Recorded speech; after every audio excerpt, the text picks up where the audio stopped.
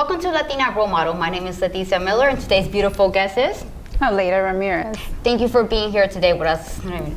So today we're going to talk about Miss Aleida. Miss Aleida is the real definition of a Latina role model. She has accomplished everything. She's a book writer, she's an inspirational speaker, a model, an actress, a boss lady, Miss Dominican 2018, and she's the CEO and founder of the Butterfly of Love Foundation, yeah. So tell us a bit about yourself. What makes you you? I think I'm a role model because I have faith in God and He's my role model. So I try to do as good and just be a person of helping other people. So I think my background and how I got to be so successful has to do with where I came from, basically. So it's, sometimes, people want to tell the story about why they're there, but I really like the story about how I got there, which makes it a little bit different. I mean, you have done it all. Not only have you done it all, but you also wrote a book. Tell us about your book. My book is really pretty much is a book that I wrote while I was going through a really hard time in my life, and I think this book is very inspirational. It can encourage anybody. It's called Waiting, and the topic is so universal. So anybody can relate to waiting. And when I first bought it, when I first wrote it, I said, you know what, it's kind of a boring subject, but I promise you, waiting is something that everybody has to do. So my book is just helping you cope with waiting. So whether you're in prison, jail, whether you're going through a divorce, whether you're going through something with your family, everybody, or even something happy, everybody has to wait. You have to wait to, you have to train. I was in a beauty pageant, so I had to wait till a due date. You're pregnant, you have to wait till that due date. So waiting is just encouraging you and giving you hope and just giving you the strength that you need to be able to wait. So what inspired you to write a book?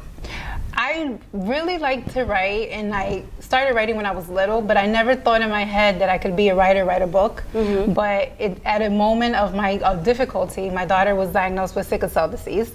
So I was pretty much kind of felt like I didn't have anywhere to go, like emotionally, mentally, I felt kind of drained. And I wrote the book because I thought it was something that other people would go through.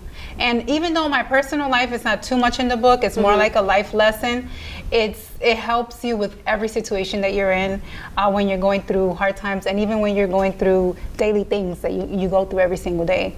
That's amazing. On top of everything you have done, you also are the CEO and the founder of a nonprofit organization. Tell us about that and how you got started with that. I got started with my nonprofit because I had my best friend passed away, and I used to help her with her nonprofit. So it was like when she passed away, I felt like I needed to do something to keep her legacy and just to keep myself still working and helping other people and what it is to be a president or a server of a nonprofit.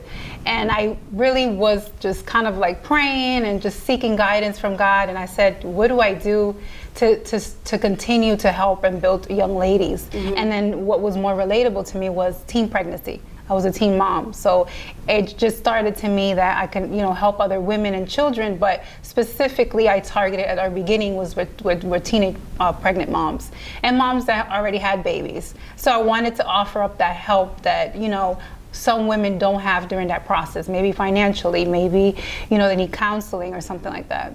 By the way, she's a mother of 3. Can you share the secret to us to being in shape? Because you look amazing. I would have never thought you were a mother of 3. To be honest, I'm a mother of 3, but I was 200 pounds. So I kind of had to dedicate myself to eating properly and eating the right foods that help my mind and help everything to make me have energy. And I just went Googling, studying a good health eating plan and keeping myself busy with, modeling and working towards my goals.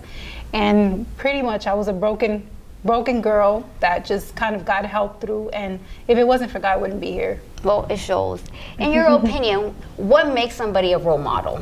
What makes somebody a role model is someone who strives to help other people, someone who strives to give other people the chance to be able, and the chance to be informed, give them a hand when they don't have what it takes out of their experiences. So if I have the experience to help you with something, then I would become your role model to help you with whatever you're going through right now. So that makes a great role model. So, I mean, we have so many role models nowadays. Do you have a role model yourself that you look up to? I have several role models, but I think one that I could say that is kind of like me in a style would be, I mean, you have so many. I'm trying to think right now. It's just, I have great women out there. I can't really pick one right now out of the top of my head. But where do you find inspiration? Because you do so much. There's something that has to have you going, that makes you want to wake up every morning, keeps you going.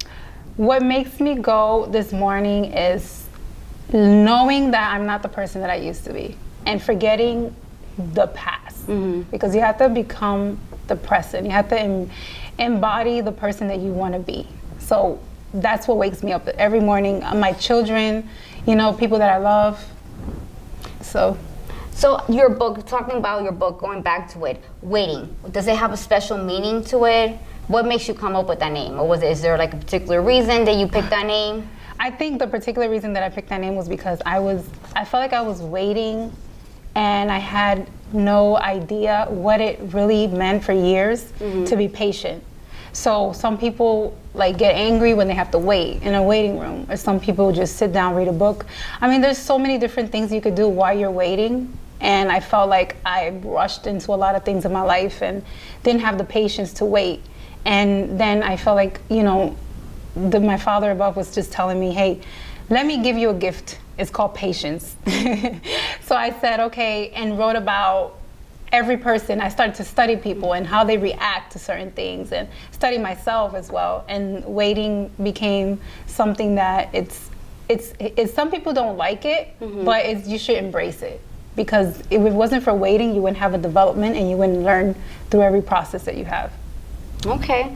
Now, when you think about success, what's the first person you think of? Success. The first person I think of is my mom. Your mom? To be honest, my mom and my dad. I'm sure she's very proud of you. Yeah. What is it about your mom that makes you think of her when you think about success? I think that success means to be able to achieve a dream and a goal that you have in mind, and then to be able to think back and say there's fruit to that. So I feel like one of role models would be my mom and my grandmother, because they've been a role model to me by just being able to overcome different obstacles and not allowing obstacles or situations or things. There's always a solution to something. And sometimes we feel like we're blocked in our finances, or we're blocked in our health, or blocked in something. And I feel like there's so many women out there that have given us that, that inspiration to continue. Besides, it doesn't matter where you come from. You come from Dominican Republic, you come from any place out of the state of the United States to make it in here, which is what my mom, my grandmother did, and have business owners, become business women, and be able to encourage each other. Now, if your mom was here right now, she can describe you one sentence. What do you think your mom would describe you as? Complex. Probably complex, but she'll probably say she doesn't give up. She perseveres. So if you can pick one thing that you want to be remembered for, what do you think it will be? I would be remembered for being able to come out of a dark place and seeing that light without having any suicidal thoughts overtake me, because it can happen. So just holding on a little bit and wait. That's perfect. Now, you're so busy being a boss lady. What do you like to do for fun? I mean, you have to have some free time. It's just your own time that you just want to do whatever you want. How would you describe that? I like to try different things, but the most thing that I love is dancing. Dancing? I love dancing, yeah. Bachata? Everything, to be honest. I'm more contemporary now, but I've tried everything, and I've danced since I was little, so I just love, Dominican people love to dance, so We're running out of time, but before we do, I have one final question. What message will you give other Latina role models out there who has the same inspiration as you do? I would think that to have faith, because there's some things that you can't not do, and if you just have the mindset that you can do it, you can learn things, and you can get ahead in life. Well, there you go. Never give up on your dream. Now, before we go, I want to thank you so much for being here. Thank you for having me. I'm sorry. Thank you for having me. Yes. I want to thank everybody for watching. Without you guys, we wouldn't be anything. I love you all. This is Leticia Miller with Latina Role Models.